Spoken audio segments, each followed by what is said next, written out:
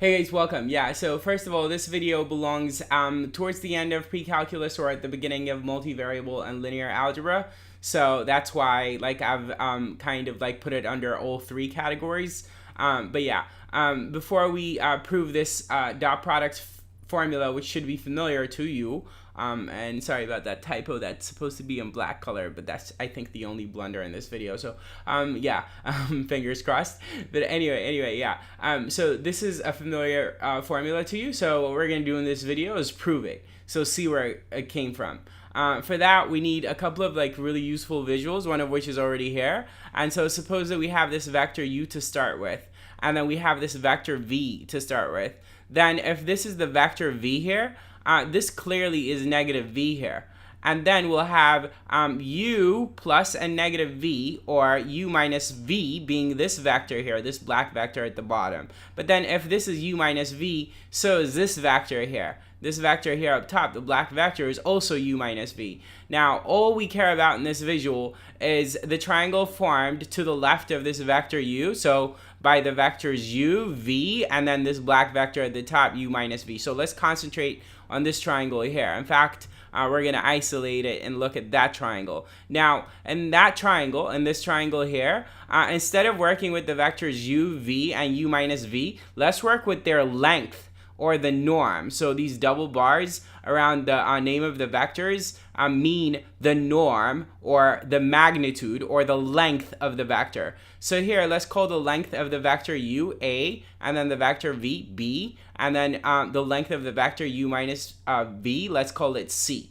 Yeah, then if the angle between u and v, the vectors u and v, is theta, as we'd said from the start, then this gives us a very good start to our proof. First, by the law of cosines, in this triangle, we would know that a squared plus b squared minus 2ab times cosine theta is equal to c squared, right? Okay, cool. That's just from the law of cosines. But then, knowing what we know about a, b, and c, substituting, we can write this here.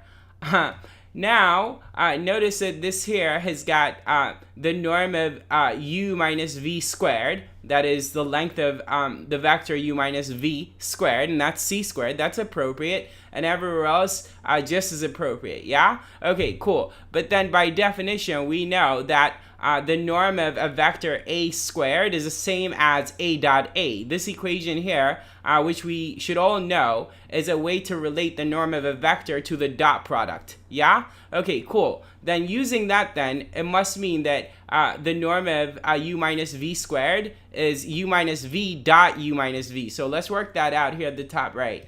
So we know by this little definition here that this here is equal to this. And now, applying the distributive property of the dot product, we can see that u minus v dot u minus v is the same as this here. Now, by a reverse application of this little definition, in other words, going backwards, we can write u dot u and v dot v as norm of u squared and then norm of v squared, respectively. Doing that, we see that this expression here is the same as u minus v norm squared. So the norm of u minus v squared here is the same thing as this after these couple of intermediate steps, yeah?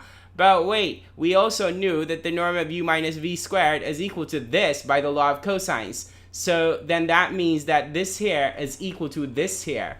And it is from here that our result automatically falls out. From what I just said, we gather that this here, which is equal to the norm of u minus v squared, is the same as this here, which is also equal to the norm of u minus v squared. And then canceling, we can write this here, and then a little bit more canceling, in particular canceling the negative 2's in this very last equation, we get the desired result, yeah? Alright, cool. I hope you like this, and keep watching. Take care.